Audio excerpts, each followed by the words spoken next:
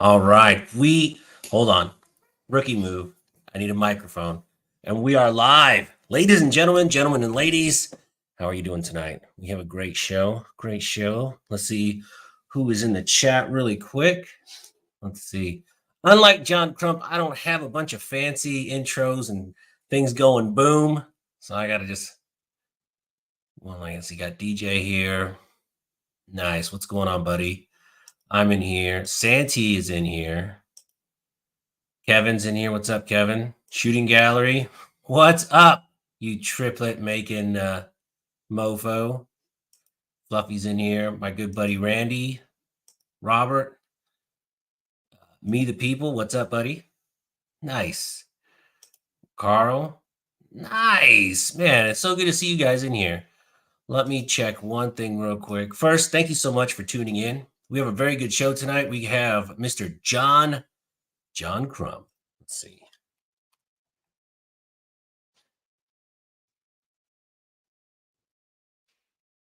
Very cool. Very cool.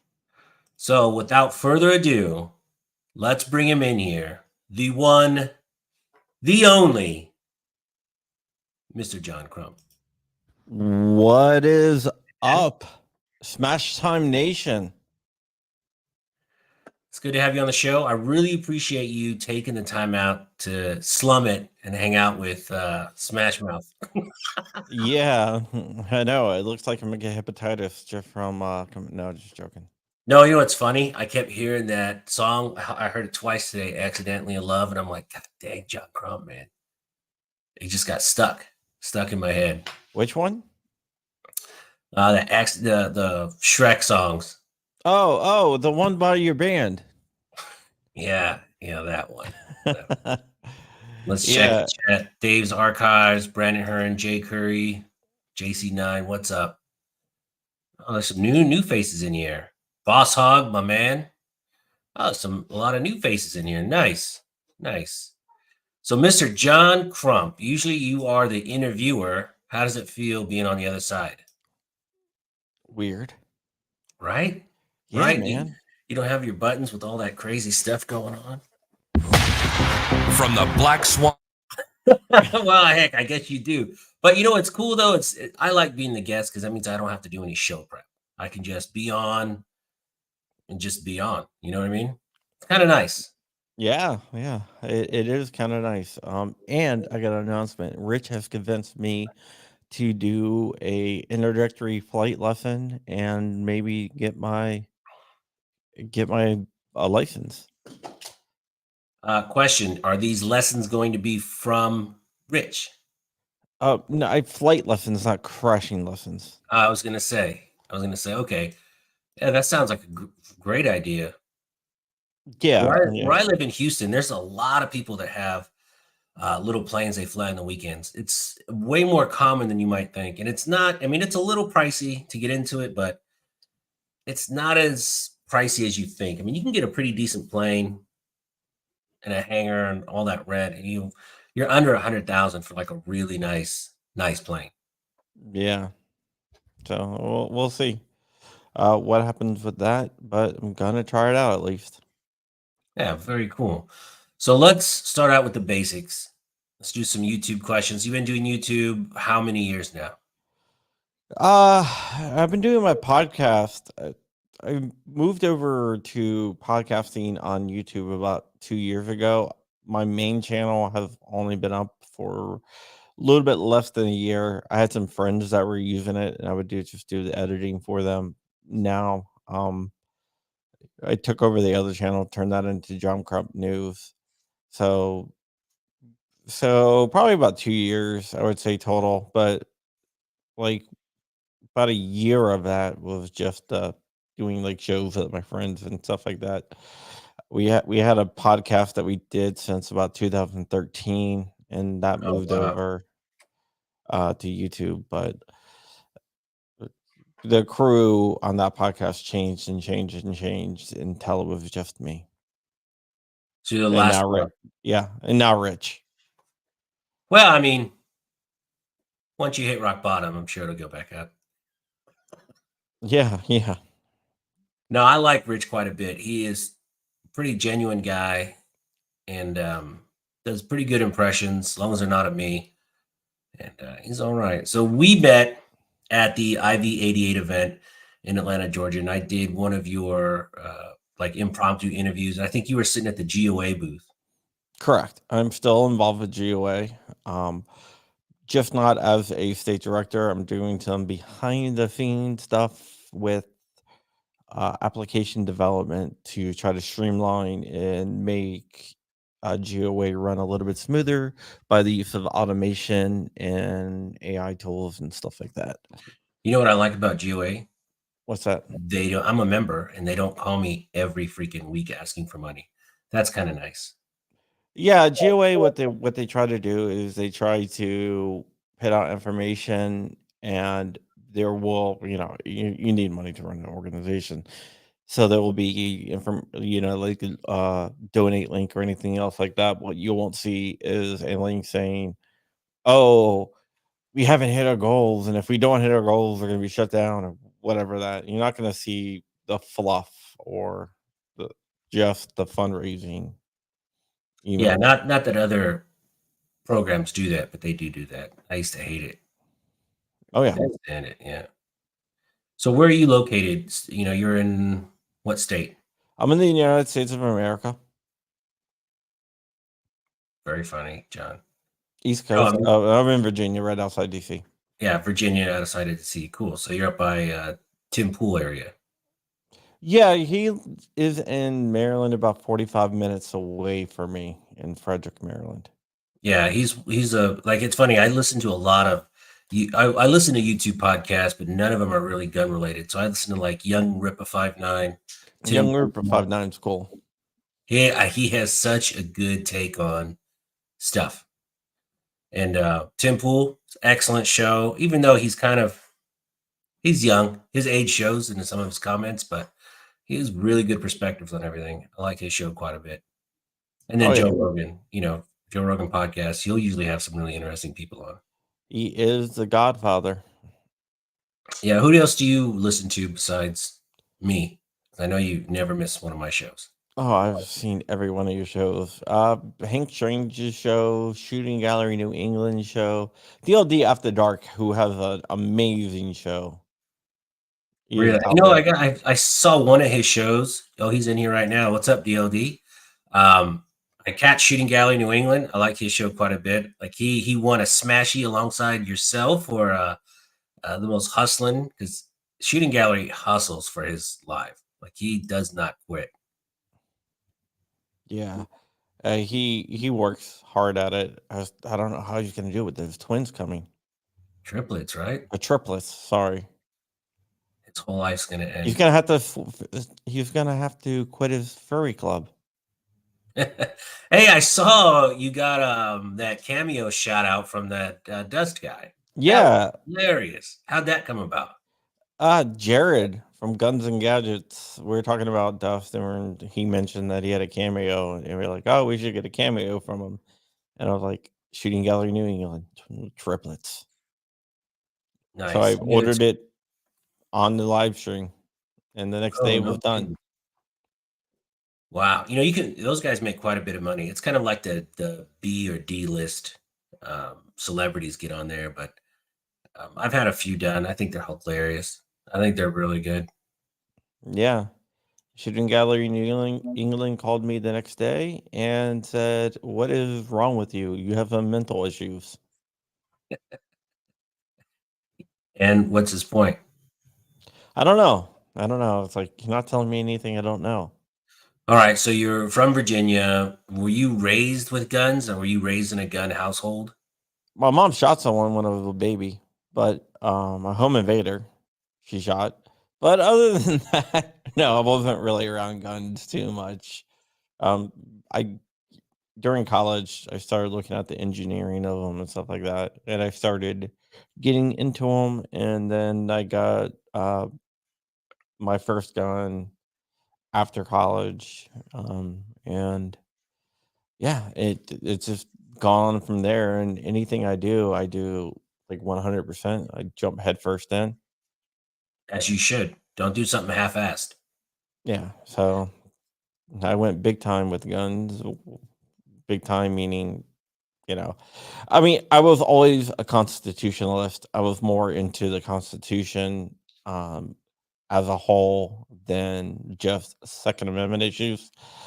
But the Second Amendment is the issue that is attacked the most.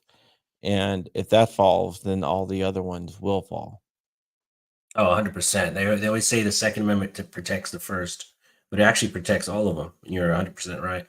So you got into guns after college, and similar to me, when I first heard of a 1911, I was like, "Wow, 1911! Why would you call it that?" Oh, because it's been around over 100 years. And if you look at the engineering that goes into that pistol, which is used today, hasn't really changed a whole lot. It's pretty amazing. It's amazing, and just how it's built. And I'm a 1911 fanatic. I love those guns to death. I think they're amazing. Um, I just wish they held more bullets, but other than that, I love them. See, Yeah. any questions in the chat? What was your first gun?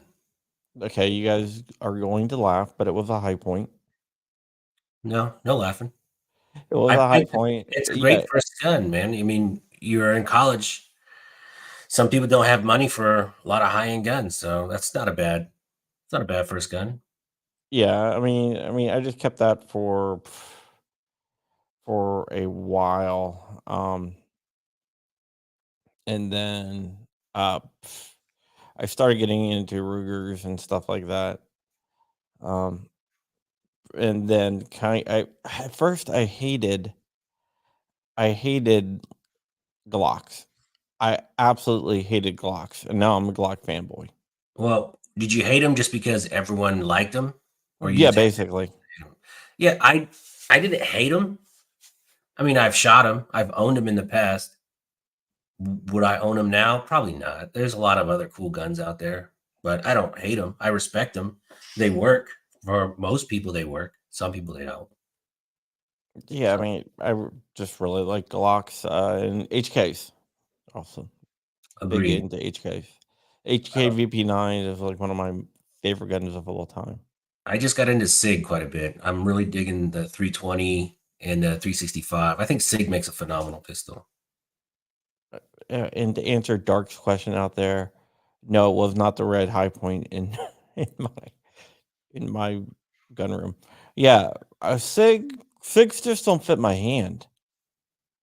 See, and that's the thing about guns. Guns are like shoes. It's not for everybody. What some people like, some people don't like. That's just how it is. Like for me, Glock's grip angle is kind of wonky to me, and I'm just not don't feel it. So I don't know. It just doesn't feel that good in the hands. And then I'll grab an XD, and it just feels like it fits my hand better. I don't know. Yeah, I have a XD that's in 45. Nice. It's the little like 3.5 inch barrel one. Wow, that's brutal though. It's fine. Well, I'm not that good of a shot, so compact guns in 45 and 10. Like I have that XDM Elite in 10 millimeter. It's a great gun, but anything past 15 yards, my shot just spreads out so much. I mean, I can't shoot it that great. So Yeah, yeah. It depends on the person. Uh, I'm into revolvers too a lot. see, I used to hate revolvers. Oh, I never hated revolver. I've always loved revolvers. I bought a revolver and I had it was a 38. I shot it a couple times. I'm like, this thing sucks. I got rid of it. Then I bought a 22 revolver, shot it a few times, got rid of it. And then I had a 454, shot it once, and I'm like, this thing is not fun to shoot. Got rid of it. I think the cylinder fell out of that one. It wasn't a very good one. It wasn't a good representation of a Ruger. And then now I like revolvers again. Like I'm really into revolvers now. I dig them. Yeah, so do I. So after your high point, what was the progression? You went high point and then Ruger, or what was your next gun? Yeah, I mean, I wasn't really into. I mean, I had guns, but I wasn't really like. I had my high point, and I wasn't really into guns. And then I bought a couple of Rugers. I guess it was around 2012 ish. I was like, I'm gonna get rid of this high point. wasn't carrying concealed or anything. So I bought like just a Ruger. It was like one of their uh I guess it was the SR-22, and It's a good gun. I also got uh like a Smith and Wesson. uh it wasn't the Sigmas, but it was the SDs, I think it was. Not SDs, what was it? Smith Wesson, the MMPs, No, it wasn't MMPs. It was like like SDVs or whatever. I don't know. Smith and Wesson STD. No, No, that sounds N- horrible. no. At SDV, I think it was. All right. I can't remember. It was based on the Sigma, Hmm. and then I started shooting that, and then I picked up like a a P30, and then I started Sigma SD. Then I just started like picking up guns, and I bought like 30 guns Oh wow. STV like that year, and then 2 years later I owned a gun shop. Oh, you owned a gun shop. Yeah. Oh yeah, Well, I yeah. told you, when I do something, I do. All right. So from your first gun in college to the gun shop is what, 3 years? No, dude, I graduated college like in like 99. I was trying to give you some. You look young, like morale. All right. So it was 12 years, 13 years, Yeah. and then one day you're just like, I'm just gonna open a gun shop. Did you buy a gun shop that was established, or you opened it from scratch? No, open it from scratch. And what happened to that? I mean, how long were you in business, or? For a few years, I got bored of it. Um, I wanted to do something else. Yeah, but that's cool though. I mean, you get to see all the new guns when they come out. I'm sure you went to SHOT Show probably in the heyday. Yeah, I was doing tech stuff still because I can do tech stuff and make a living without spending every waking moment working on it. So I was doing a lot of consulting on the side um just to make ends meet, and the gun shop was like my hobby, kind of. Nice. Was there any money in owning a gun shop, or was it? Very little. I mean, there was some, but not as much. Like I would go and do my tech consulting stuff and make like work 5 hours a week and make more than I could make, owning a gun shop in the whole week. Yeah, You know, people ask me too. They're like, "Oh man, how come you just don't do YouTube full time?" It's like it's a hobby. I make plenty of money in my regular job. To this is, I'd have to be making some serious dough to quit my day job. yeah. I still do tech consulting because of that reason. Yeah, 100%. So if you guys are not a subscriber to Mr. John Crump, here is a link in the chat to his live stream. Please click and like his channel. If you're not a subscriber of mine, please click and like my channel. If you don't like it, you can always unsubscribe. It's free. And I please also know have John Crump News too, which is my main channel. John Crump News. Which I'm trying to get over. I'm trying to hit 17,000, and I think I'm like 65 subscribers away.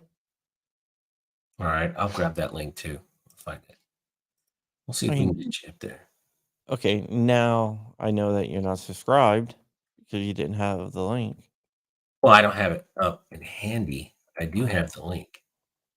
John Crump News. So I watched some of your John Crump News stuff. It was all right. It was pretty good. It was all right. See, it says subscribe right here. All right, there you go. So right here, here is a link to his John Crump News. Make sure you click and subscribe to his channel. So click and subscribe to both, please. Otherwise, I'll never hear the end. Yeah, you won't.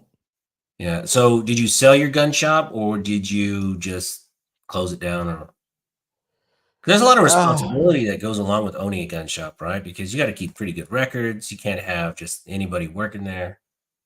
yeah, there was a lot of responsibility, and I started doing writing for AmmoLand a lot, and I started doing stuff on the ATF and getting leaks and stuff like that. So I figured it would probably be best to get rid of my FFL because the waves I was making with the stuff I was doing, challenging the ATF on, and Right. I don't want to give them any more power over me. And I figured it was worth more to get the information out there than to like own a gun shop for Yeah, just fun. the responsibility of it, though, for me would be a kind of off-putting because, dang man, one mistake, they'll shut you down in a heartbeat, and they're looking for any excuse to get you too. Yeah. And then you have your friends that always want free shit, which that probably happened to you quite a bit. Free transfers. Oh, can you hook me up? Can you give me a discount? Yeah, yeah. One time my mom walked in there and she was looking at a gun. And I was like, "Oh, so you like that one?" She was like, "Yeah, I'll take it." And she basically, filled out the forms and walked out with a free gun. You said your mom? Yeah. What are you gonna do though? You Yeah, I can't. mean, Yeah, can't call uh, the police. She n stole it. she did all the paperwork, uh, legally transferred it to her. That's awesome. Yeah, my parents were never into guns, so I don't know. That'd be hilarious though. I can't picture my mom shooting. Ah, Well, that this would be. is the first gun my mom got since she had the one that she shot the dude with. I was a baby. So what was that story? So someone was broke in the Uh, house? yeah, yeah, a home invader broke in the house. I was less than a year old. It was just my mom and my 4 older sisters, and the dude decided he did not wanna leave. My mom told him to leave, he didn't wanna leave, so my mom shot him. Kill him or just wound him? Nah, dude, he's, never did that to anyone else ever again. All right. All Let right. out on the carpet. Oh, that's cool. Well, it ruined the carpet, so that definitely messed the weekend up. Yeah, yeah. Yeah. So how did your mom cope with that? She was pretty. I mean, when My it comes to mom yeah, my mom's like, "I didn't do it, he did it to himself." 100%, I was just gonna say that people bring that on themselves. Yeah, So did you he ever get into like long range shooting? Yeah, I have. I've shot out to 1,700 yards. Wow, that's really long range. I was thinking like 8.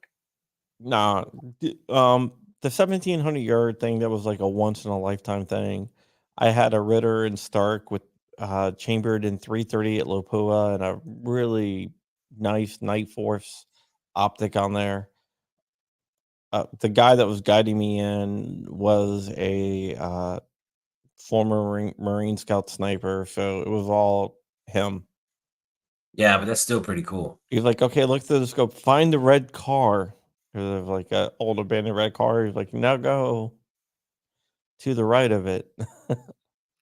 Man, the most I've shot is about 850 yards, and it was a blast. I love shooting out the distance. I mean, I didn't have anything too fancy though, but I would shoot with guys that had some really high end stuff. Yeah, I have a Remington 700 and 300 Win Mag in the MDX chassis with the Tim Lee trigger in there. And that's what I use to do my with a Night Force scope, and that's what I use to do my long range shooting with. I shoot out there like 1,000. Oh man, yeah. I had a Remington 700, the 5R, and then I had a Millet scope, which is pretty low to mid range, and it would get me out to 8 pretty easy. Out to a grand, I was able to shoot once, but it wasn't. The groups were not that great. That really comes down to the shooter because I've shot a $25,000 rifle and scope setup, and I still shot like crap. So it comes down to the shooter. Yeah, I mean it does, but did you have a guy guiding you in, or were you I was just out goofing around. okay? It Yeah, was a group of people making fun of me because I was so bad of a shot. It was if fun. It was a fun afternoon. if you have somebody to guide you in, that actually helps a lot because they Yeah. can watch everything that you can't see. Yeah. So Randy Adams in the chat said he's subscribed to your channels for some time. Thank you, Mark Randy. Howerman says, do you have one of those jars full of bullets with people pulling out loaded guns? No, I didn't really have that problem. I don't understand the question. Some gun shops have a bunch of people that somebody would like, hey, look at my gun, pull it out, and it'd be loaded and whatnot. And then you take the bullet and you put it in a jar Holy or sh! the That's round not in a jar. smart at all. I mean, I didn't have that many people. I mean, it happened a couple times, but usually not that often. Not as often as some other shops. I mean, I was selling some pretty high end stuff though. So Nice, nice. So DLD has a question. John, what is one of your unicorn handguns? Something you would really like to get or build?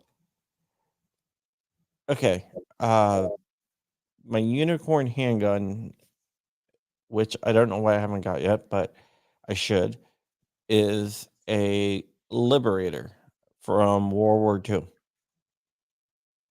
That would be kind of cool to have. Yeah, not so much to shoot it, but just for the History of historical it. aspect of it. Right. Would you shoot it? Probably, I know. Probably, I would have to see what condition it is in. I wonder how Some much those have, go for. uh, not really sure. I haven't really looked in a long time. So I had a subscriber reach out to me privately and go, "Hey man, what's one of the guns you've always wanted to shoot?" And I'm like, "I've always wanted to shoot a Luger, like a German one." And he goes, "Oh, cool. Well, meet me this Saturday." So he brought a uh, a police issue German Luger that looked like it just got off the assembly line, and it had the matching magazines with it because it comes with the police issue comes with two serialized mags, and he let me shoot two magazines, not those mags, but he let me shoot other mags through that gun. I thought that was the coolest thing, man. And it's like 15 grand, something crazy, but that was pretty neat. I get to check that off my list. Yeah, the PF-45s were awesome. I mean, I know you used to be able to pick them up between like 1,000 to 2,000. And what was stopping me is, even though I want it for the history and everything else, it's basically stamped metal for that price, you know? Right. Shooting Gallery says, despite him giving me a hard time, I subbed to both channels. Thank you, Shooting Gallery. Congratulations again on the quadruplets. Yeah, I mean, Duff congratulated you, and I paid for that, Shooting Gallery New England. So that's my, I guess, baby shower gift for you. Shooting says, I have a Luger in the shop for repair right now. I shot it and hate it. It's not my thing. No, man, when you want to think about the historical value, I was holding in my hand something that was issued to a police officer in Germany, had all the markings on it. It was crazy. Crazy. Yeah, I mean, some of the World War II guns are awesome.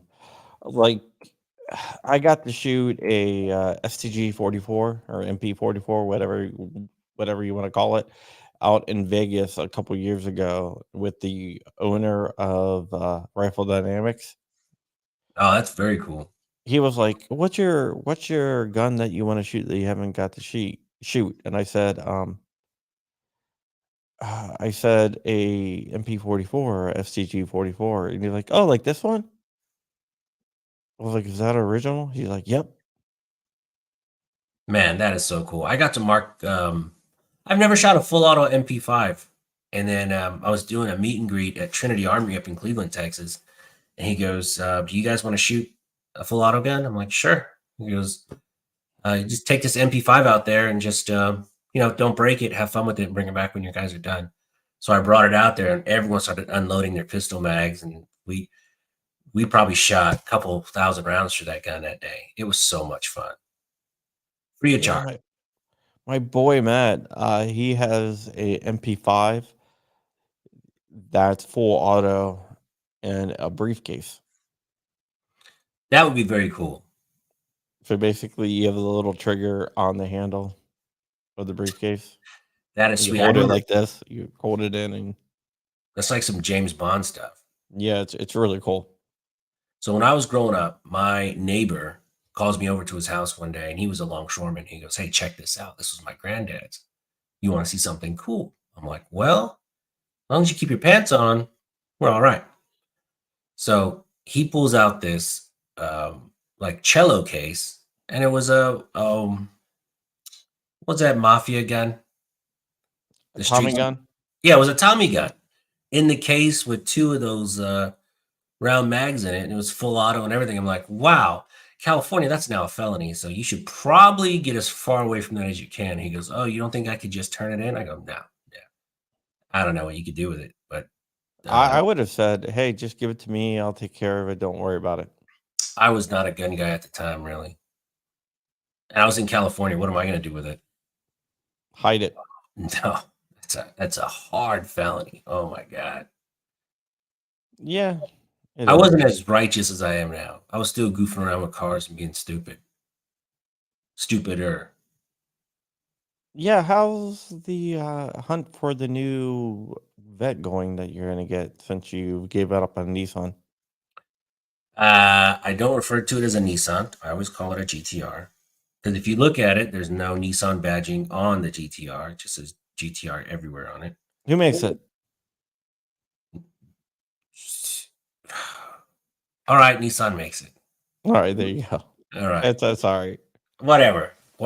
So, I'm gonna sit back a little bit and wait for the R36. I think Nissan will do one more gas GTR before they switch over to electric. I think electric's just gonna be the way of the future. People can hate on it all they want, but I think that's just how it's gonna be. Instant torque. It just doesn't sound cool. It does.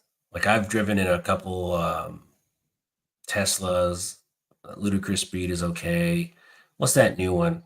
I put a video up. My buddy, he picked The one up. plaid. Yeah, he picked one up and we drove it. It was okay. I mean, it was really fast, but it's just Teslas just need more refinement. Like the interior of a Tesla, if you put it next to a Porsche or BMW or Mercedes, there's no comparison yet. I mean, they're trying, but just the interior is boring. The plaid, the body style is boring. Unless you know what a plaid is, it just looks like every other Tesla out there. It doesn't look like a Koenigsegg or anything really cool. I mean, it's boring. They could have, for $150,000, they could have juiced it up a little bit exterior wise. Yeah, they could have. I don't know. I kind of like the sleeper thing going on. At least like a low key carbon fiber trim kit or something, something nice, like a nice lip kit, something a little nice. That would be pretty cool. Yeah, Texas has a huge car scene. Yeah, it's huge. I know we talked about it before. My buddy Cars Across Texas, he's out here, and he did some stuff with my car back when I had it. I miss it. Yeah. And he bought a GTR and then completely hated on it because he bought one that was all broken. So we met for lunch one day, and he goes, "How do you like my GTR?" And he pulls in, it sounded horrible. So either the tune is off or he was knocking cylinders. I mean, it was just messed up. Was it like maybe tuned for E85 and it wasn't running the E85 or? No, it was really abused. I guess the guy that he bought it from had it on like Toro or something as a rental. So people just dogged it out. We got Santi TV in the chat. Santi, what's up? She's a celebrity. She's a local Houstonian. That's cool. Jonathan James. We ride slab down here in Texas. It's funny. So I have a neighbor that lives around the block. I live in a pretty nice area, but my neighbor on the block has a couple gold cars with those giant, what do you call it, Daytons? They're like 24-inch tires. It's very Texas. He pushes a button and his trunk opens and it's all lit up and it says, "Why you're looking at my car," or something. I don't know. It's nuts. He's a cool guy though. Yeah. You should build yourself a donk. I could. That would be pretty sweet. Will just moved to Houston, Texas. Also, he has a Supra. He has a Mark IV, a real Supra, not like the crap today. Oh, the Subarus today are BMWs. Agreed. And they just look like trash. Yeah. I would imagine GTRs and other cars that class require premium at the least. I always put E85 in mine, just because it's really fun to drive at E85. Because the way the maps are set, like you could tell, it's about 110 horsepower difference. So it's like 660 on regular, and then it gets all the way up to like almost 800 on E85. So it's way more fun to drive on E85. Yeah. Around here, though, there's not a lot of places where I live at that you can push your car out because the traffic. Well, traffic, and then it's kind of rural, isn't it? A little bit more rural. Where I live at? Yeah, No. it's all city. Yeah, yeah. I live in the suburbs of DC, man. Wow. Why do you live in DC though? You ever thought about moving? No, I was born here. I'm gonna die here. Oh man. Well, I'll wait to pass judgment till I spend some time. I drove through DC once. I didn't really stop and see anything cool. I'm not gonna give up the fight. There you go. I respect that. Plus, I have like tons of family here. Um, just my family's been in this area since like the 1600s. Oh yeah. Oh shucks, that's a lot. Tackleberry Bug, he's from Dallas. He's building the slab. Boss Hog. We don't ride donks in Houston, only slabs. It's funny. I like the whole scene though. I want to see if my neighbor will take me to like one of his meetups. I think it'd be pretty funny. Yeah, meetups down there is insane. Yeah, well, Dallas especially. Dallas, I think, has a more of a car culture. Like in Dallas, you'll see more premiums like Koenigseggs and Bugattis and F40s. That meetup up there is a really amazing quality of cars. Dallas has really quality cars, and then you'll see instead of like 10 GTRs, you'll see 30. They'll see like 15 Koenigseggs. I mean, you'll see a lot of really high end cars up there. Houston, it's a little bit more tame. Houston, there's a lot more Ferraris and stuff like that. But I think Dallas, as far as car scenes, Dallas really has it. When I was back in high school, we used to go out to V Street in DC, which was a big car scene, like in the middle of a bunch of warehouses in DC and like the bad part of DC. And you would go there and you'd be driving through these like ghetto ass places. And all of a sudden you would come to a street with like Ferraris and Lamborghinis and stuff like that, just in the middle of the ghetto. Yeah, that's wild. I know back in the whole Fast and Furious days, like Watson Center was an industrial area in Carson, California, right outside of Compton. And Watson Center was where all like the Hondas. I mean, I remember I saw a Honda go like 14-second quarter mile. People were like blown away that a Honda could do that. And that's when all like the Rice Rockets got real popular in the mid 90s. And that movie came out and screwed everything up. Oh yeah. The Fast and the Furious. Uh, Dude, how do they go from stealing VCRs to going into space? The amount of movies. You know what, man? It's 10 movies now, 9 movies. I guess anything's possible. But they went from VCR heist or DVD heist to outer space. I And know. fighting nuclear submarines. Yeah, that's true. It's crazy. It's absolutely crazy. But that was a cool movie. I got to see a lot of that stuff as they were filming it because they just needed cars for filler. So we would go hang out. And then I did the neon on some of those cars. The Civics that's really and cool. the Supra, yeah. They would break constantly. Those tubes would break constantly. It's not like the LEDs. LEDs they have now. It was Yeah, I like remember back in the day. It was like glass neon. yeah, it was tubes, street glow. Yeah. Bring back memories, man. Yeah. It wasn't the LEDs. Yeah, So- now it's easy. So from the Fast and Furious, what is your favorite car from the series?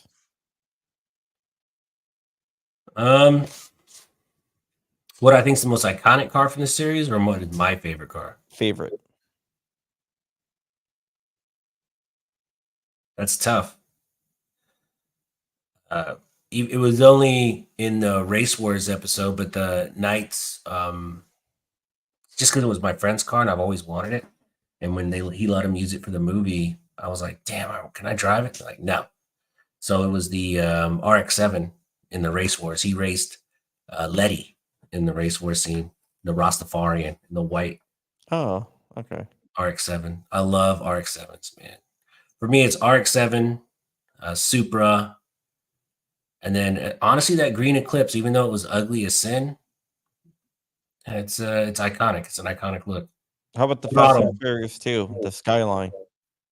That was cool. You know, Throttle recently rebuilt like a new version of the green Eclipse, and they did a good job. They made it a little bit more modern. But they had like a 20 episode on their YouTube channel when they made it. It was really cool. That's really cool. You know that that Skyline was actually what was his name? Paul Walker's actual car. One of Yeah, his actual cars. It was kind of crazy because he was actually a car guy. yeah, he was a huge car guy. He had And a right hand drive Skyline, so of course. Yeah, there's this really cool video of him over in Japan when he visits one of these Skyline tuners, and he's just geeking out over all this stuff. Yeah. Look at this. 2A EDU in the chat. He drives a Buick LaCrosse. Hey, man, car's a car. It gets you to A to B. We talked about this, but the Grand National, Buick Grand National, Yeah, that's very cool. one of my favorite cars of all time. Most underrated car, I think. You know, that car Oh, gets no yeah. respect. It doesn't. I mean, I think it really should. Yeah, it's awesome. I love the whole look of it. I like boxy looking cars. I don't like all the. And honestly, the like my GTR, the rear end is kind of boxy looking. I dig it. I don't like all the smooth curves. What do you think about the new Corvette C8? Not a fan, really. What? They're okay. They're growing on me a lot more than that Supra is. The Super is a BMW. It's a Z4 basically. The new Corvette is cool, but I think it's they're gonna come out with faster versions than The Z06 yeah, the Z06. Okay, now we're talking. flat But I think plane V8. that car was just it's a little slow. Z06 with the flat plane V8 putting out 600 some horsepower, naturally aspirated. Yeah, it ought to be okay. Once people tune it and either supercharge or turbo it, Dude, you throw a supercharger on there yeah, it would be or a pretty couple nuts. turbos. You're The yeah, C8 Z06 670 horsepower. Okay. naturally aspirated though, no turbo. Is there room for it though? I believe that there probably would be. You can make room. can just- I'd like to see it. I mean, honestly, I'd like to see it. Make room. Oh, I got a question for you about the Nissan GTRs. What's up? Did they ever fix the transmission issues with them? Where the transmission were dropping and launch? So let me when tell you. launched them? So when I bought my GTR, I flew to New York because there was a white one. Supposedly it was amazing. It was a complete piece of junk. My brother lived in Georgia and he goes, "Hey man, there's one in for sale here. All black, black on black." So I was like, let me go check that out. So I fly there, look at the car. It's mint condition. It looks great. E85 already tuned, has a couple maps on it already. So it was already full bolt on. So I already saved 10 grand. They didn't know how to smog it because it was missing its map sensors because you take that off when you switch to E85. Yeah. So the dealership took this car on trade and they're stuck with it. They can't do anything. They can't sell it. They can't transfer it. They can't really do anything. So I lowballed them. They took my offer and I drove it home in the rain with slicks all the way to Houston from Atlanta. So it was like 19 hours going 40 miles an hour. It was pretty crazy. The day after I get here, the transmission blows up. That's an So, expensive transmission too. well, Nissan doesn't work on transmissions. They just replace it. The stock transmission for the GTR is $22,000. Or you can rebuild it for about $8,000. Or you can build it up for a little bit. So I just built it with a little bit stronger parts because I was only, the 85 tune, it was like 740 or something to the wheels. Not horrible. So yeah, it was 10 grand a day after I bought it. So I bought this GTR, drove it home, and it sat in my garage for 2 weeks. My wife was not too happy. I bet she wasn't. What was No. the issue with the transmissions? It was just weak. Anything over stock because the all-wheel drive is so strong. So when you put it in launch mode, like if you launch it, sometimes the transmissions, first gear will just wear out and mash up. The teeth will start coming off. Mine was missing like four. Do I have it? I thought I had some parts. I kept some parts for souvenirs, but the teeth actually, it was missing teeth. So it's kind of a bummer. But for a fully built GTR transmission for rated like 2,000 horsepower, man, it's like 35 grand. It's not cheap. No, it's not. It's definitely not cheap. I wonder why they put that transmission in there without putting a stronger transmission. Well, because people kept screwing with the car. I mean, it's already fast from the get-go, but when they start adding all this stuff on it, I mean, it's like roulette every time you drive it. And that's what that car was. And that car was really fun to drive, but it was like Russian roulette. Every time you drive it, you never drive it slow because it's fun. It's so much fun to drive. You never know. Something's going to break. Something's going to blow up. I don't know. I cracked a downpipe. I had to get a downpipe fixed. That was expensive. Wow. Yeah. I miss it though. God dang, I miss it. Why'd you get rid of it? Someone made me a lot of money. Because I bought it. I totally almost stole it from this place. So I got it really cheap. I mean, for a 2016, I got it cheap. And ridiculous. Because they were stuck with it and I kind of had them. Plus I had, cash in hand, a good down payment. So I was a serious buyer right then. So they just gave it to me. And then this guy called me and said, "Hey man, would you want to sell your car?" I'm like, "I don't know." He goes, "I'll give you what you paid for it." I'm like, "No." He goes, I made a lot of money on that car. Even replacing the transmission and all that, I probably came out 20 grand ahead. All right, that works for me. Yeah. And then I drove it for a year and a half, had the best time and made some money. So I was win-win all around. That's pretty nice. I do miss it though. Shooting out of New England is talking about the mini truck scene. I was part of the mini truck scene for a while. I had a 1996 Chevy S10 SS. Oh man, it's a which was classic. fun. Yeah, Yeah. that was a lot of fun. Fun little Yeah. little The mini truck. truck guys were really cool. Yeah, I mean that was a fun truck to drive. Yeah, I really dig them. Like I like how the essays juice up the mini trucks and they have the beds pop out and spin around and all that. That's crazy. Yeah, though that is really cool. Yeah, the S10s are classic. Yeah, Man against the masses. My daily is at 87 D150 Dodge Shorty. nice. JJ Rainey. I had a 1972 Pontiac Le Mans Sport with a 350 motor. Green with gold flake. Did you have the fuzzy dice? You had to have the fuzzy dice. 72 to match your bell bottoms. Yeah. Just kidding. Just kidding. I think we talked about my first car before on my chat.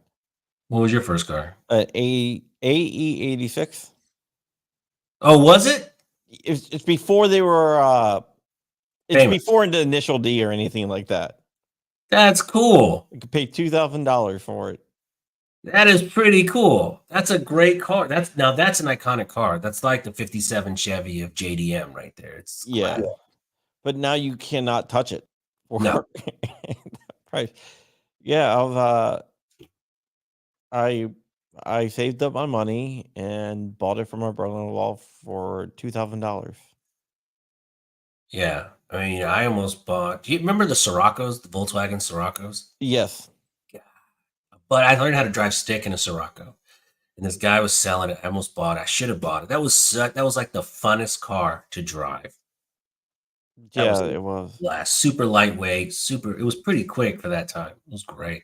Yeah, I learned Real how to quick, drive. guys, if stick. you're not a subscriber to the John Crump news channel, I'm putting a link in the description. Please like and subscribe to his channel. If you're not a subscriber to my channel, please like and subscribe to my channel. I would greatly appreciate it. Yeah, I learned how to drive stick in the AE86. Dang. And it's not a great car by any It's not, shape. it's actually, I heard, I've never driven one, but I've heard it's actually not that great of a drift car either. It's just, they used it for the cartoon, so it just became the most iconic car of that time. Yeah, and they used it for the cartoon Initial D, the anime. Anime people are gonna get pissed off if you call it a cartoon. It's a cartoon. All right. In the anime, they used it because it wasn't a great car for any of that. So it was like the underdog. It was supposed to be, this guy is such a great driver. He can drive with this piece of crap car Yeah. and still beat all these other cars. Yeah. And somehow that got lost in translation. And then Yeah, everybody wanted that car. In the 90s, everyone was looking to get one of those cars. Initial D was huge. I remember renting the VHS and making copies. I mean, showing my friends the VHS. And that was probably one of the first animes I saw. That Vampire Hunter D. Oh, Vampire Hunter D. Fist of the North Star. Oh my God. Akira. Akira is like classic. I watched that 2 weeks ago. Yeah, Akira is classic. I love Vampire Hunter D with Alucard. Yeah, Vampire Hunter D was iconic. That's the first time I saw like a booby in a cartoon. I was like, oh my God, did you see that? Yeah, Fist of the North Star was pretty cool too. He goes and he does all those little death touch things. Yeah. And the guy's like, ha ha, you haven't hurt me. He's like, you're already dead. All of a sudden, his blood vessels started exploding. The thing with Fist of the North Star is at the end, when his buddy's getting his butt kicked, he's walking through the desert. I'm like, bro, don't you think you could step it up a little quicker? You might be able to save him. He's just walking nice and slow. The guy dies, then he decides to run. I'm like, what is that? What kind of friend are you? I don't know, man. I don't know. I used to go to Otakons, which are like an Otakon, which is like Comic-Con but for anime. I'll trip you out. I went to Comic-Con when it was just about comic books. Oh, wow. San Diego Comic-Con was a tiny show just about comics.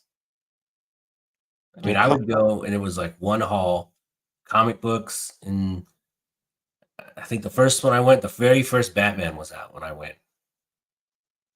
Oh, wow. And he had a poster, and that was about it. I mean, Hollywood wasn't involved. It was a fun show. Now it's like an anime convention, movie convention. It's bananas. Yeah, you spend most of the time waiting. Once they have a main hall at Comic-Con. I don't know if anybody's ever been there before, but they have a main hall and they only allow so many people in there, and that's where they do the thing. Like all like the big Marvel stuff and whatever. So what you try to do is get in there and just stay in there as long as possible without leaving, because once you leave, you're probably There's- not going to be able to get back in. Yeah, hold on. I'm going to show you something cool.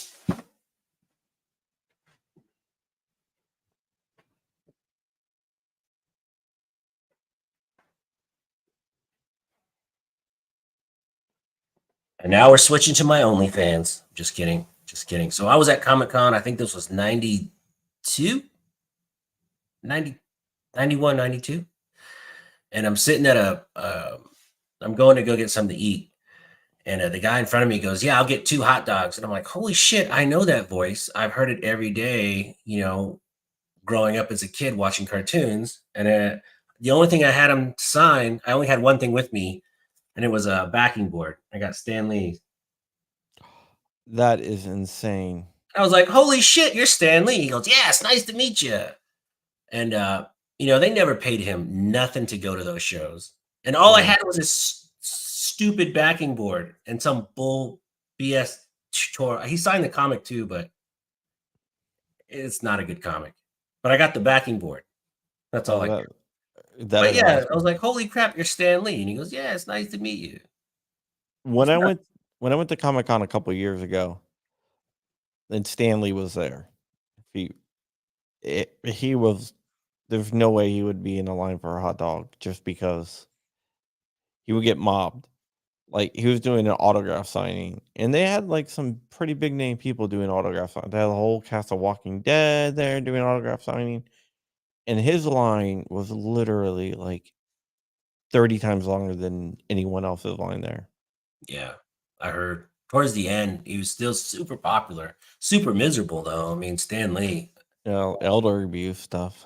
Yeah, it's crazy. But I was there. I met Rob Layfield when he just got into Image. I mean, I met all the Image guys when they just started that. They were Yeah. goofing around. One of my friends was one of the first artists for Image. Oh, what's his name? Popmon. Yeah, he was one of the first artists. He knows Rob Layfield. Rob Layfield was one of the guys that got him to go to Image, and he has some crazy stories. All the Image guys had like a townhouse or something. They were like little miniature Wolf of Wall Street guys. They were out of control. Yeah, I mean, he has some crazy stories about drugs and prostitutes and everything. A lot of debauchery was going on. And he left because he was like, "I'm gonna die if I stay out." Yeah. Let's see. I only think. Let's see. I met Mark Silverstreet, Eric Larson. I never got to meet Eric. Rob Layfield, I met twice. Jim Lee, I met, and then McFarlane, he was there. Yeah, Jim Lee was one of his mentors, and I actually got to meet Jim Lee at one of his parties. Yeah, very cool. But I remember Comic-Con. It's the coolest thing. I mean, it used to be just really about having a good time. But let's take this full circle because I know you probably got to go. It's late where you're at. SHOT Show. Is it going to happen? John Crump news. Will SHOT Show happen? Because everyone's pulling out. Beretta. I heard 511 pulled out. 511 pulled out. Damn, I got a meeting with them. Benelli, Springfield sent me an email. CMMG told me they're not going. Taurus is on the fence. Ruger, probably not. Locally, Two-Way Warehouse, they just canceled as of yesterday. I know a lot of distributors aren't going. There's a lot of. Is it going to happen? SIG announced first that they weren't going. Any company with European ties probably won't go. Any of the small companies. I don't think they can. Yeah, the European tie. I mean, it's going to be hard for European companies to come in. Yeah, 100%. That's why Taurus, I think, is not going to go. I think they're already out. Yeah, I didn't hear about 511. That's the rumor around the campfire. Yeah, I'm So looking. what's going to happen? What's going to happen? I think, I'll probably still go because it's in Vegas, and Vegas is Vegas. The show sucks. I'm still in Vegas, so it's win-win for me. I'm not paying for it. But I might cut my days down. I think I'll just go maybe Wednesday, Thursday. Are you gonna still be out there on Tuesday? Maybe. It's busy time for my job, so I mean I can work remotely. I might fly in and just work out of the hotel. Yeah, I'll Yeah, probably do that. I'll probably fly in, work out of the hotel for a couple days, and then just catch the show. And if it sucks, it sucks. If not, then I'm still there. But I'm always glass half full. And I'm sure you've been to a party or somewhere where you leave and the guy you're with or the girl, they're like, "Oh, that was horrible," and you're like, "I had a great time." yeah. It's That's really gonna. your attitude going in is going to be exemplified. If you're just going in, like it's my first shot show, so whatever happens, I don't care. If I meet one new person, that's cool with me. Yeah, I mean that's Hey, gonna be. That's gonna. I was gonna help you with something out there. yeah, but if they don't go, they don't go. But we're still going to be in Vegas. Yeah, Casinos, there's shows. Tuesday, Wednesday shows are half price, man. We'll go yeah. see. We'll go see Carrot Top. I've always wanted to see Carrot Top live. He's like the highest paid comedian, He's up there. which He's is been doing insane. Vegas for like 25 years or something. No, he's not up there. He is the highest paid comedian. Carrot Top. Yes, crazy, Mm, right? I don't. He can't be the highest paid. He makes highest paid comedians. He is going to be Carrot Top. Let's ask Uncle Google. Highest Uh, paid comedians. he makes the most a year out of comedians. I guess it's not Carrot Top anymore. It was. I was gonna Used to say be. Kevin Hart sells out. Well, look, annual income in millions. Jerry Seinfeld's not getting. He's getting residuals, but he's not making as much money as like a working comic right now. Yeah, I guess this is. I guess of just getting money from comedy Highest paid shows. comedians in 2020. Yeah, they list them by the richest, not how much they made that year. You might be right. Yeah, I read an article about it. You might be right. Santee TV says Chris Angel. Chris Angel's a magician. I don't know. Lee Fox, my man.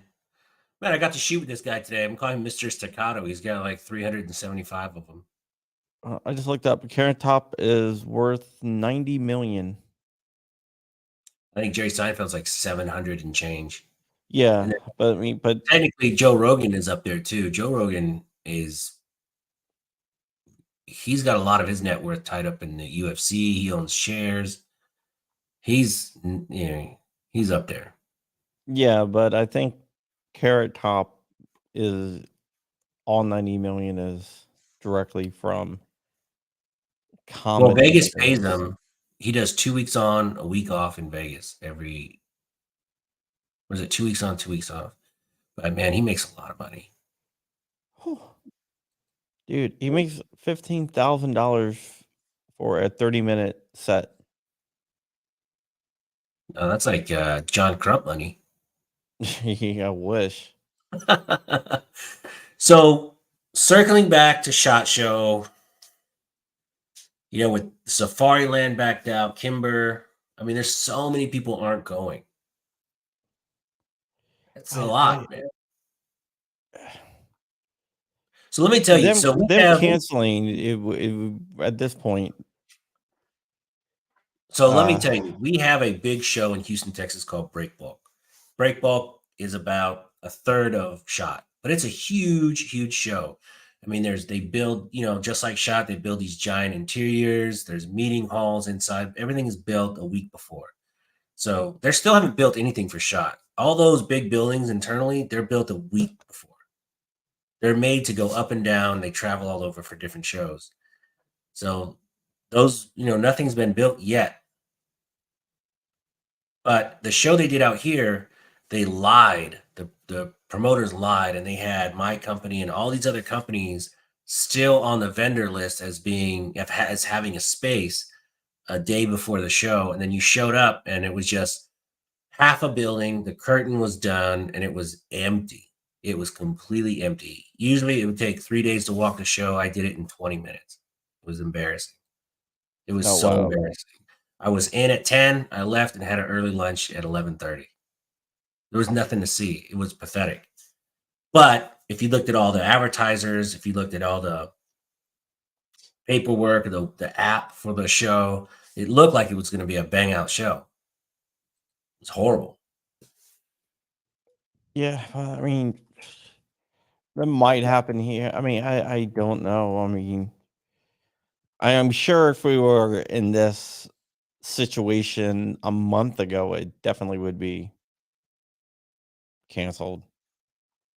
Yeah, I think the promoters have an agreement because, like, the promoter for the show here locally, they reached out to everyone and said, "Hey, if you're not going, we understand. It's totally cool. Just don't really advertise that you're not going. Don't put out big press releases." And I think that promoter reached out to all these companies. If you notice, there's not been a lot of big press releases.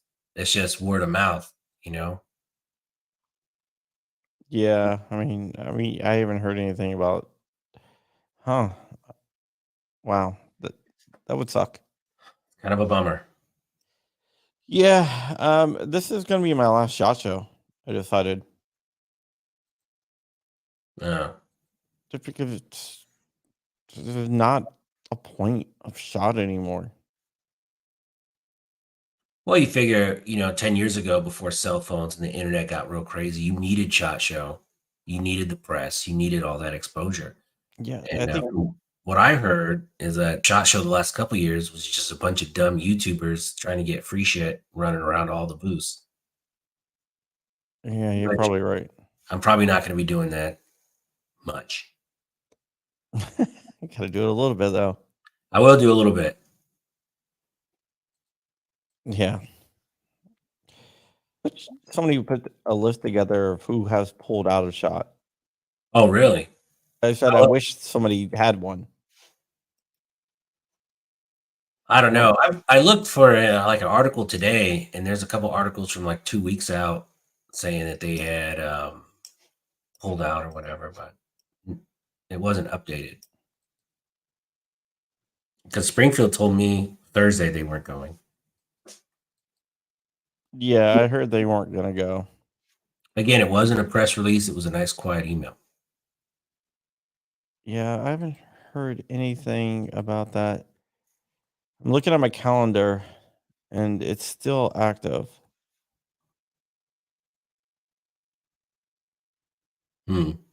Well, the good thing is we'll still be in Vegas, so it's win-win for me. Like my job, I can do remote, so I'll be sitting in my hotel room making some calls. Oh, hold on. Yeah, you're right. 511 is done. I missed the email. That's a bummer. I don't know where I heard that. Yeah. 511 is done. I got the email Friday. Yeah, there's apparently Friday. A lot of people announced. I'm sure Ruger's. I don't think Ruger's going. And so, what big companies are left? There's not. PSA said they're still going. Yeah. I don't know. I really were honestly, I was really interested in the smaller booths anyway, like upcoming products and that stuff. So it doesn't really bother me a whole lot. Yeah, I just wish we had a list of everyone that's going to be out there. Well, now if only we had a YouTuber that had a news YouTube, John Crump, put a list together. I John don't have Crump. time for that BS. I probably do have time for it. I just don't want to put the time and effort into it. Flying Rich, come on, get on it, Flying Rich. You're supposed to be co-piloting this thing. Let's get this list put together. Yeah, Flying Rich is all for the next couple days. Richard Hoffman is going to be filling in for him. Nice. But yeah, I'm disappointed now. Well, I mean, the people I wanted to meet were at Ruger, at Springfield, at 511, and man, it's like the top people I wanted to hook up with. So, Yeah. so for me, I'm not even worried about camera equipment, any of that stuff. All that stuff is whatever. All I know is I'm going to be in Vegas having a great time. I Yeah. already paid the babysitter. I already got a babysitter for the kids. Oh yeah. Shooting Gallery New England will be on the show tomorrow too. Yeah. Well, we'll get together and meet up, I guess. Yeah, I mean, they got some good buffets. The Paris Hotel and MGM Grand really do have great buffets. Yeah, MGM Grand is a really good buffet. Well, just the smell. Like, if no one's been into Vegas, you should absolutely go because the sights, the smell, when you first walk in a hotel and you hear that ding, ding, ding, ding, ding, ding, ding, it just puts you in a good mood. A lot of good memories in Vegas. Oh yeah. Oh yeah. Make sure you watch Hangover. The Hangover before you go. That always gets you jacked up. Yeah, you guys gonna leave me on a rooftop somewhere? So let me tell you, the first time I went to Vegas, I just wrecked my Honda Civic, and it was a show car or whatever, and I'd got $8,000 for my insurance for this Honda Civic, and this was a '93 Civic back in '95. So I have all this cash, and my friend goes, "Let's go to Vegas." I'm like, "That's a great idea, No, it's not. phenomenal idea. Let's go to Vegas." So I take 5 of that 8 cash, put it in my pocket. We jump in his car, meet up with a bunch of friends, and there's about 20 of us. We shoot on to Vegas. You know, LA to Vegas is only a couple hours, depending on who's driving. We get there, and these guys are prima donnas, man. So I'm ready to go. I'm sitting on the bed. They're all in the bathroom with blow dryers, getting their hair done and all this stuff. And I'm like, waiting. I'm drinking. And then I'm watching Ocean's 11, getting hammered, man. And I'm like, you know what? I'm going to take down the Bellagio. I can do it. I have a system on roulette. I can do it. I read all these books about roulette and the systems. I got it under control. So I'm drunk off my ass. Pocket full of cash. We go to Bellagio. And I'm like, let's go. And I'm, we're walking around drunk and I'm already drinking more. It's And I usually not a see good idea. on this pedestal on a raised like little area, a roulette table, and there's no one there. I'm like, what good luck. There's no one sitting at this roulette table. Let me go. And all my friends crowd around and I go up there. I was like, watch this. And then the guy goes, sir, this is $100 minimum table. I'm like, oh, shucks. So I have all my friends with me and I can't not play because then I'd be a punk. So I'm like, let me play. So I bet and I win. And oh man, as soon as I won a couple $100, I got cocky. So 15 minutes, $4,000 later, I left. And I went in the bathroom. I almost cried a little bit. Sobered up like that when you lose that much money. And, I was in my early 20s. And so when I was walking down from the table, I was like, you win some, you lose some. No big deal. Tried to play it off. I walked in the bathroom. I was like, what did I do? You fucking idiot. You so stupid. I washed my face, walk out. That's cool. Let's go to buffet. Yeah. My first trip to Vegas was brutal. Brutal. Yeah, my first trip to Vegas, I put down a bunch of money for the Capitals to win the Stanley Cup. How'd that work out for you? It was 2000. It was the 2017-18 season, so pretty damn well. Nice. I've only left with money once in Vegas. Well, I mean, it was at the beginning of the season before, so I didn't know that I won until a lot longer, months later. And I brought my brother-in-law a $20 ticket for his birthday. And to this day, and never, so to this day, he's like, "This was an awesome gift." Like, yeah. Smash Time, did you ever get your 4K back? No. The money you bring to Vegas, you just plan on leaving it there and you'll have a much better time. Don't Oh ever yeah. plan on winning. When you plan on winning, that's when you really feel bad. And no, bring money. You don't mind leaving there. You're ahead of the game. You see these huge buildings in Vegas with all the lights and expensive stuff, and there's a way they paid for that. Yeah, it's And you. that's from the people who thought that they were gonna be able to walk away with a bunch of money. I do like playing craps though. The last time I was in Louisiana, I was down to like $35. We left with just under $4,000 in about 2 hours. So that was a really good run. Went from that's the only time that's ever happened. Went from almost nothing to just under $4,000, and we're like, man, let's go. Let's get out of here. Harrah's in Louisiana is where they had the progressive nickel slots. And my friend went and lost a bunch of money. I'm not a big gambler. And I was walking out and I found a nickel on the floor. And I put it in the slot machine and I hit for a couple $1,000. No way. Yeah. My friend was pissed because he just lost a few $1,000s. That's a bummer. I know I have a friend, Duck. We went to Vegas once and we're sitting at a roulette table and I'm playing my system, which doesn't work. Roulette doesn't work. So he goes, well, I'm Why going do to you play. think you had a system? He's like, I'm going to play real quick and then go eat. So he puts $300 black, wins. And he goes, I'm going to go eat. I'm like, this mother blank. And I'm like, I'm going to do it all. So I put like $120 on black, lost. I'm like, screw it. Some people can do it. They walk up to a table, put 100 to. I've seen people like $1,000 on black, win, and then just walk away. Well, that with the in Louisiana at Harris, when I hit the nickel slot machine, I was like, all right, let's go. He's like, you're not going to play anything else? I was like, hell no. Did all the lights and stuff go off? Yeah. They came over and stuff.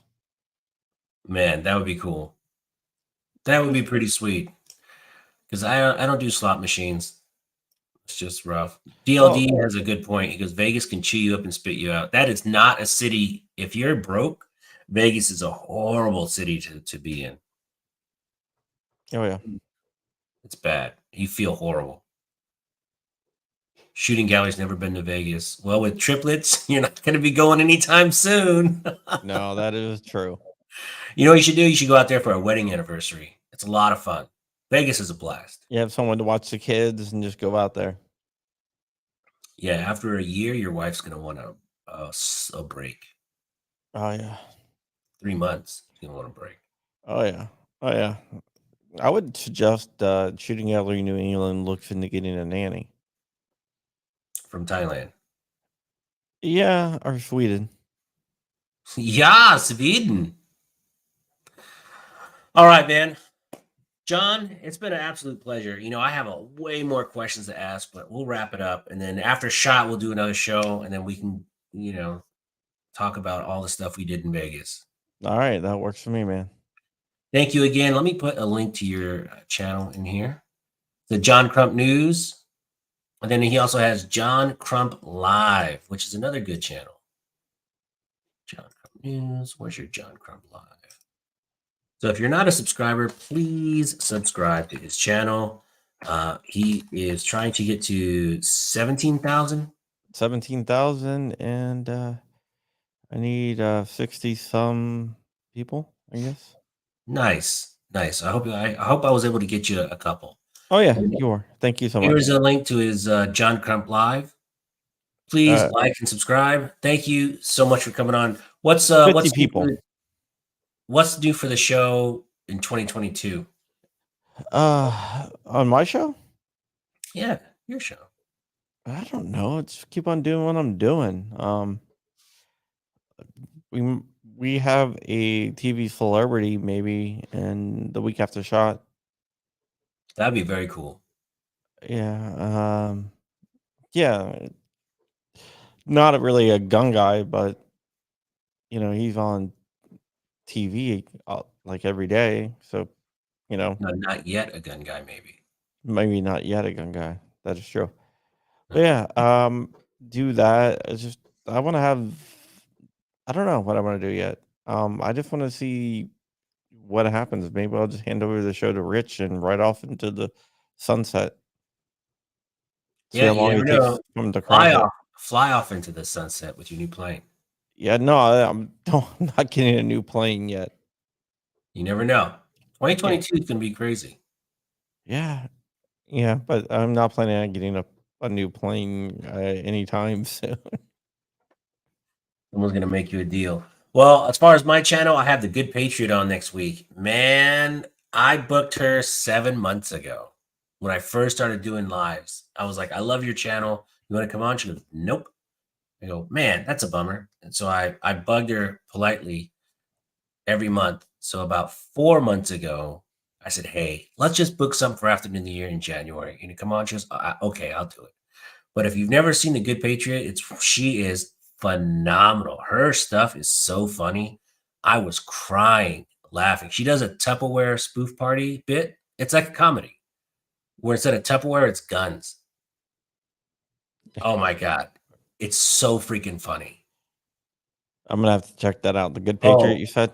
The Good Patriot. She is so freaking funny. Then she does this makeup tutorial, and then she ends up looking like Braveheart. Oh, nice. I'll tell you, she is my top 3 channels. I look for new videos. Yeah, I will stop whatever I'm doing and watch Good Patriot because it's going to be funny, really funny stuff. And Gonna have to check it out. Yeah, it's a great channel. But the Tupperware, have you ever sat through a Tupperware demonstration? They suck. But that one was funny. I wish we could do like a gun version of that. That would be pretty cool. We should. Mr. Big Kid's here at the end. Hi, Mr. Big Kid. That's another guy. That's another one of my favorite YouTubers, Mr. Big Kid. Yeah, great channel. Make sure you check out Good Patriot, Mr. Big Kid. She's going to be on the show next week. Phenomenal channel. It's one of my top 3. So, Tupper Guns. That's right. She did Tupper Guns. Yeah. Nice. So, John, again, thank you so much, man. I really appreciate you. And well, thank you for having me on, man. You've been dodging me. I've been trying to get on the show forever, and you just keep on dodging me. Whatever, man. There was a long line. It was a long line. But again, thank you guys so much. Appreciate you all watching in the chat. Till next time, guys.